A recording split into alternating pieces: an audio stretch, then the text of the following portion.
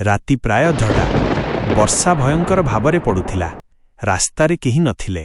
Amit car ଚଳାଉଥିଲେ। ସେ ବହୁତ କ୍ଳାନ୍ତ ଥିଲେ। ହଠାତ୍ ଟି ବନ୍ଦ ହୋଇଗଲା। ସେ ଚିନ୍ତାରେ ପଡ଼ିଗଲେ। ଚାରିପଟେ ଘନ ଜଙ୍ଗଲ ଥିଲା। ଦୂରରେ ଏକ ଆଲୋକ ଦେଖାଗଲା।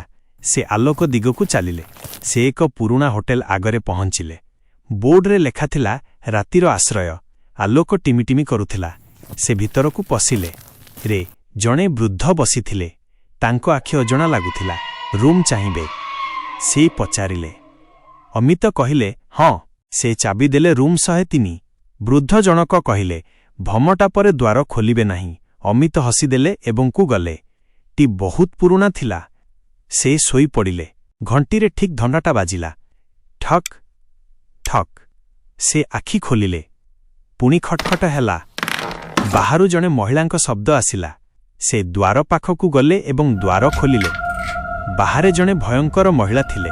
ମୋତେ ଭିତରକୁ ଦିଅ। ତାର ମୁହଁ ହଠାତ୍ ବଦଳିଗଲା। ଅମିତ ଭୟରେ ଦ୍ୱାର ବନ୍ଦ କଲେ। କିନ୍ତୁ ଆଇନାରେ ସେହି ମହିଳା ଦେଖାଗଲେ। ସେ ଭୟରେ ଚିତ୍କାର କଲେ ଏବଂ ଦୌଡ଼ିଲେ। କିନ୍ତୁ ସେଠାରେ କେହି ନଥିଲେ। ହୋଟେଲଟି ସମ୍ପୂର୍ଣ୍ଣ ବନ୍ଦ ଥିଲା। ସେଠାରେ ଏକ ବୋର୍ଡ ଥିଲା ଯେଉଁଥିରେ ଲେଖାଥିଲା 20 ବର୍ଷ ପୂର୍ବରୁ ବନ୍ଦ। ସେ ପଛକୁ ଘୂରିଲେ। ଦେଖିଲେ ସେହି ବୃଦ୍ଧ ତାଙ୍କ ପଛରେ ଛିଡ଼ା ହୋଇଛନ୍ତି। ମୁଁ ମନା କରିଥିଲି। ଲାଇଟ୍ ବନ୍ଦ ହେଲା। ଏକ ଭୟଙ୍କର ଚିତ୍କାର ଶୁଣାଗଲା। ପରବର୍ତ୍ତୀ ସକାଳ। କାର୍ ମିଳିଲା କିନ୍ତୁ ଅମିତଙ୍କର କୌଣସି ପତ୍ତା ନଥିଲା। ଆଜି ମଧ୍ୟ ସେହି ଜଙ୍ଗଲରେ ଆଲୋକ ଦେଖାଯାଏ ଏବଂ ଏକ ଶବ୍ଦ ଶୁଣାଯାଏ ରୁମ୍ ଚାହିଁବେ। ଯେଉଁମାନେ ସେଠାକୁ ଯାଆନ୍ତି ସେମାନେ ଆଉ କେବେ ଫେରନ୍ତି ନାହିଁ।